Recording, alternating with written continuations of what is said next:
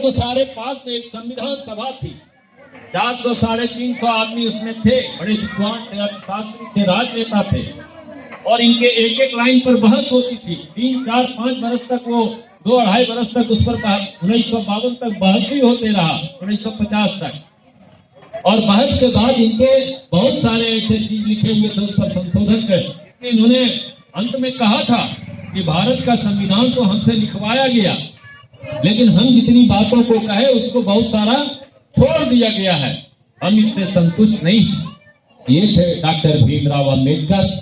आज जो समाज में दलित श्रेणी के लोग, निचले और पिछड़े तबके के लोग, समाज में जो प्रतिष्ठा आपको मिली हुई है, ये उन्हीं का देन है। नहीं, अगर वो संविधान में आपकी बराबरी की बात नहीं मिलती तो ये समाज, ये मनुवादी समाज, ये समाज जो शोषण पर आधारित है, जो सदियों से दलितों का और अनुसूचित जनजातियों का शोषण करते आया है, आज इसी अवस्था में आप होते अगर बाबा साहेब अम्बेडकर नहीं होते, ये महामानव आज से 143 वर्ष पहले नहीं जन्मे होते, तो हम लोग आज इस परिवेश में आपको वोट देने का अधिकार नहीं होता, आपको नौकरी पाने का अधिकार नहीं होता, आपको समाज में उसी दर्जे में रखा जाता जहां सदियों से आप शोषित पीड़ित थे, आपको सताया और दबाया जा रहा था।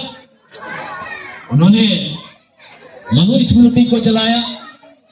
उस मनुस्मृति की बात करता हूं जिसमें कहा गया है कि स्वर्ण गायत्री मंत्र पढ़ सकता है, और दलित श्रेणी के लोग गायत्री मंत्र पढ़ेंगे तो उनका जिह्वा काट लिया जाएगा। ये मनुस्मृति में है, जिसका विरोध बाबा साहब ने उसकी प्रतियों को जलाकर किया। एक क्रांतिकारी आदमी था, ठीक है, आजादी की लड़ाई महात्मा गांधी, नेताजी सुभाष चंद्र बोस, भगत सिंह लड़ रहे थे, लेकिन समाज में गैर बराबरी की लड़ाई वो लोग नहीं लड़ रहे थे। समाज में जो शोषण था उसके खिलाफ लड़ाई लड़ने का उनके पास मौका था, न फुर्सत था।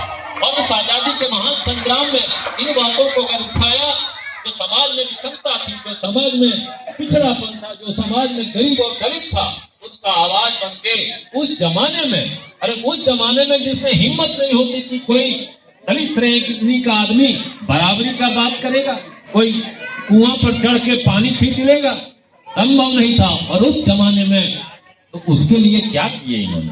उसके लिए वो लड़ाई लड़ने के लिए इनमें गुण था। वो गुण आप में पैदा होना चाहिए। विशेष करके हम दलित समाज के लोगों को कहेंगे, आप पढ़ाई लिखाई पर ध्यान दो।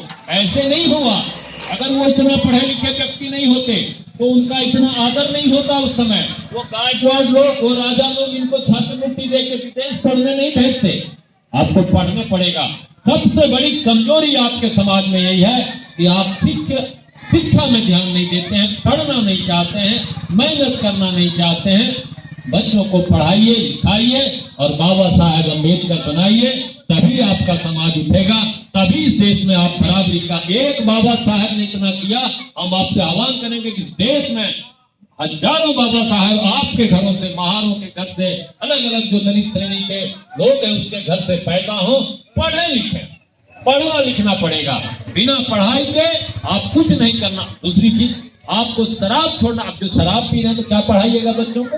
आप अपने पी रहे बच्चों को क्या पढ़ाइएगा? आप क्या संस्कार देते हैं? तो ये सब हम बोल रहे हैं आरक्षण। बहुत सारे लोग आज आरक्षण पर सवाल उठा रहे हैं। हजारों वर्ष से, सदियों से जो जातियां पिछड़ी थी, आर्थिक रूप से, सामाजिक रूप से, शैक्षणिक रूप से जो पिछड़ी जातियां हैं, उसको आरक्षण देने का जो संविधान में प्रावधान है वो बाबा साहब अम्बेडकर देखे। इसको कोई माइका लाल, कोई प्रधानमंत्री, कोई राष्ट्रपति आने वाले 100 वर्ष में इसको काटने नहीं सकेगा। हिम्मत नहीं है काटने का।